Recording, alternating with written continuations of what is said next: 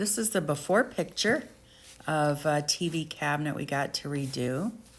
And there was some repair to be done in the beginning. There was a bubble in the top that was raised. And so my husband cut away the raised bubble, cut it off, and then shaved any raised areas off what was left on the cabinet. And then he poured on both pieces the liquid hardener that's made by Varathane to harden the two. And once those were hard, he used a Titebond 2 glue to actually glue those down, the veneer down, with clamps, wood, and tape. And you can use the tape, it'll keep it from sticking to your clamps or the wood you put on top. That's the Varathane wood hardener that he used first, and then you'll see him putting the glue on these two pieces now after they've been hardened so they're nice and solid. And it's Titebond 2 glue that he used. And you just want to put some on both pieces.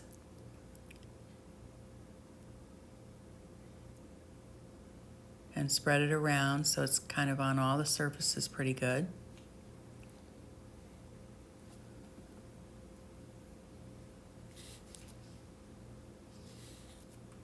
And then you put it right, he puts it right back on the spot where it came from.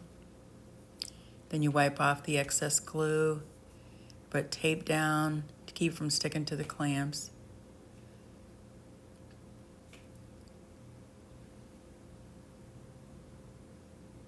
And then a little piece of wood on top of that. And then he puts actually several clamps on in different places so that it's not just clamped in one spot. He puts it on in the center and then on like each corner. I think he used like 3 clamps on this or more just to clamp it down, and then lets it dry for several hours, sometimes even overnight.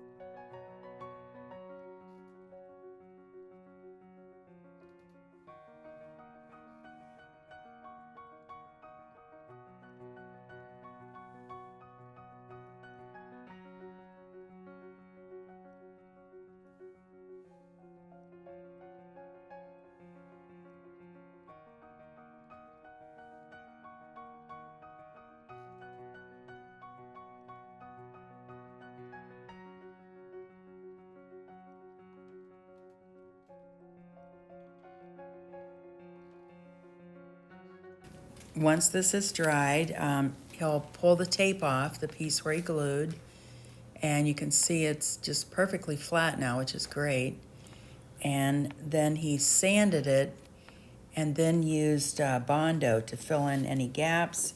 Then when it was dry, he sanded it completely. And now, of course, I wanted to mention I did clean this piece, of course, really thoroughly, inside and out, with Crud Cutter and wiped it off because it was pretty dirty. It's been in our garage for several months.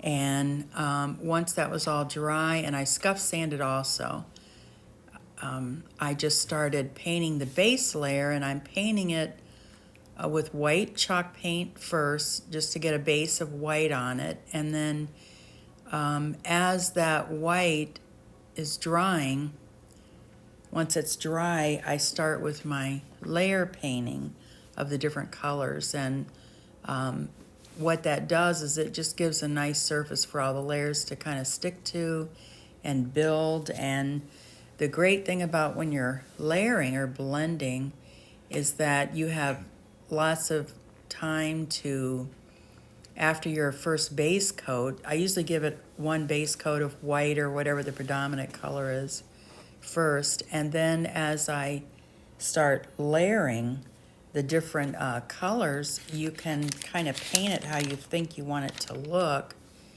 And then as you're going, once it dries and you start your final layer coat, you can actually adjust it. And by using, on this one, I actually used white, a light gray, medium gray, and a light taupe color. And I could adjust that so that when you got done with your first layer, you can actually use more white or decide you want more dark gray, more light gray. So it's a great way to kind of practice your blend. And if you don't like it, you can adjust your colors. You could even change your colors completely. So it's just kind of, that's why I think it's fun to do layers of paint.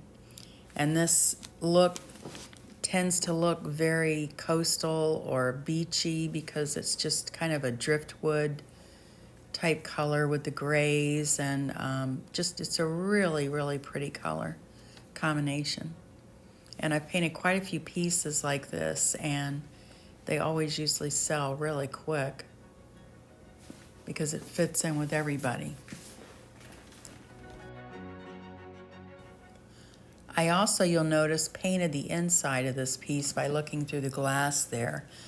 You don't really have to do that. I know a lot of people don't paint the inside, but I think, especially when you're going from dark to light, it just looks like it matches better to me to paint, to have the inside at least a coordinating or similar color to the outside, and it just looks more finished.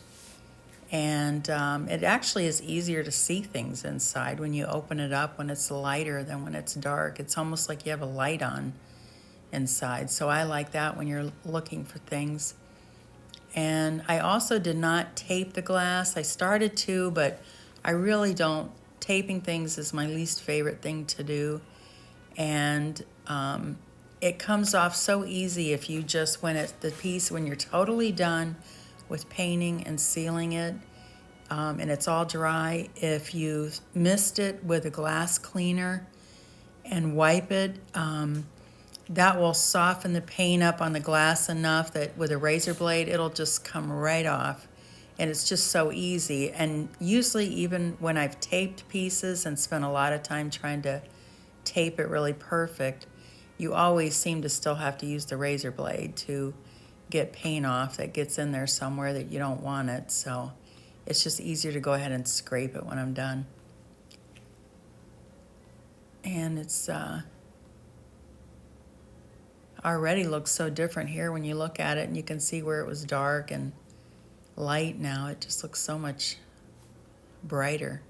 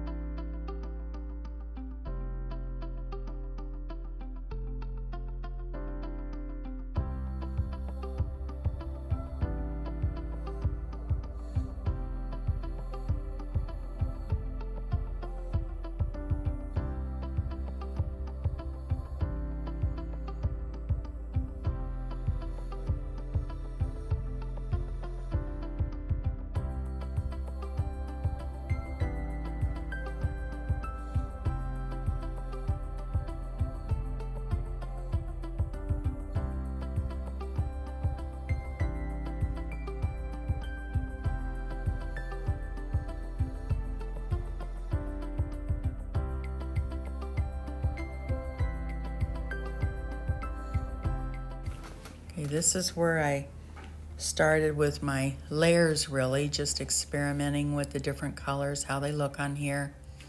And again, I'm using white, a light gray, a medium gray, and a light to medium taupe color.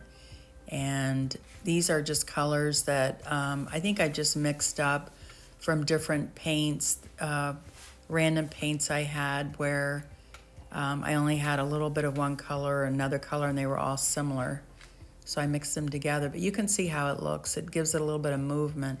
I also painted the back on this piece because, again, I think with this piece it adds a lot to it. It just looks more finished. I don't always paint the back on antique pieces, depending on what the wood looks like.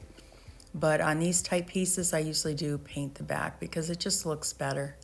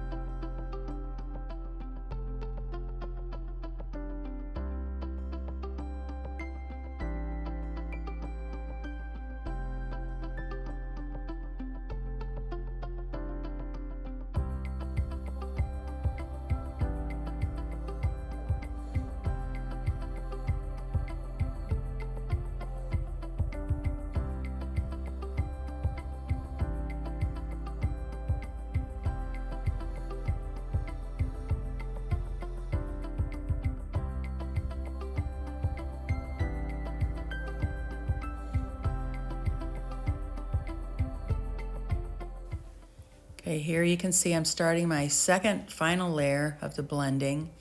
And the advantage to this, like I say, is if you kind of paint it like you think you want it to look on your first layer of blending, sometimes you can just follow along your example that you did on the coat before, or you can change it up a little bit. But I'm using the same brush, you'll notice, for all four colors.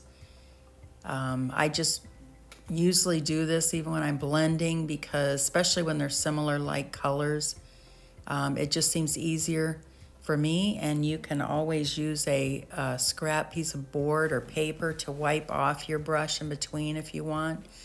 But the difference in blending two colors is you're using pressure on the brush and sometimes mist it with water to make it blend. Dry brushing, you're just putting some paint on the brush and barely dragging it across. And you really just keep working it until you like the way it looks. And I could spend all day doing this because you can always keep tweaking it, but at some point you have to kind of stop, but it's a fun process to do.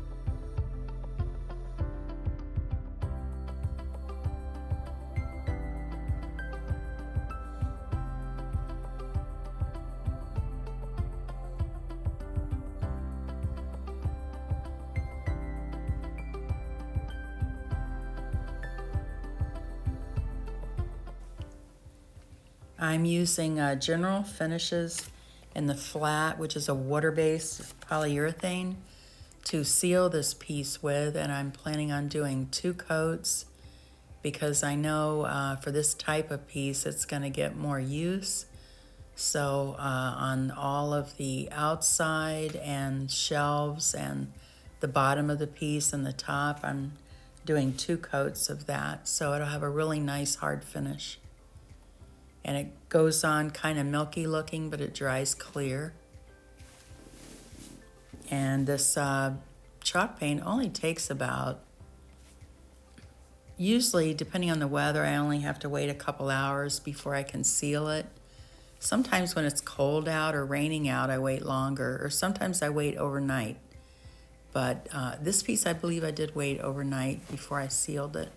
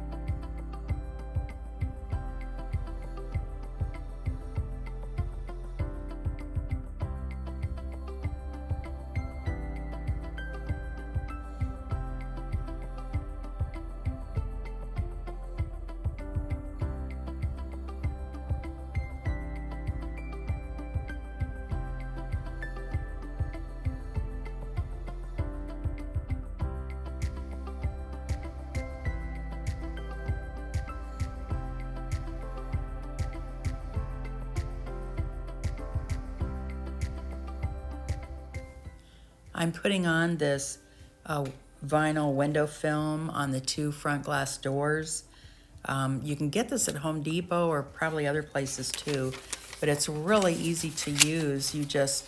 It comes on a white piece of paper that you peel off, and you spray the glass door with Windex or dish soap, water with dish soap in it, and then you spray it on the glass, and then you just basically stick it on, and you can use a rubber squeegee or a cloth to wipe it, and it works like a window cling, and it's removable and reusable. It's really neat. So this just adds a little bit of style to the piece. And I think it looks very nice. We put this on other pieces that we have, and it holds up really well. So you put it on the inside so you can clean the outside of the glass really easy, which is where most of the fingerprints get anyway.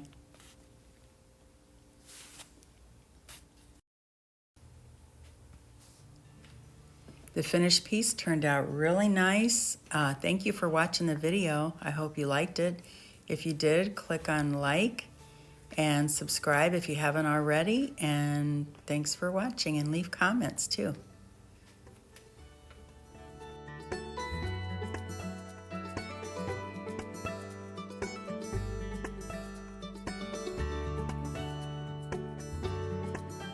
Here's my little helper, baby Bella.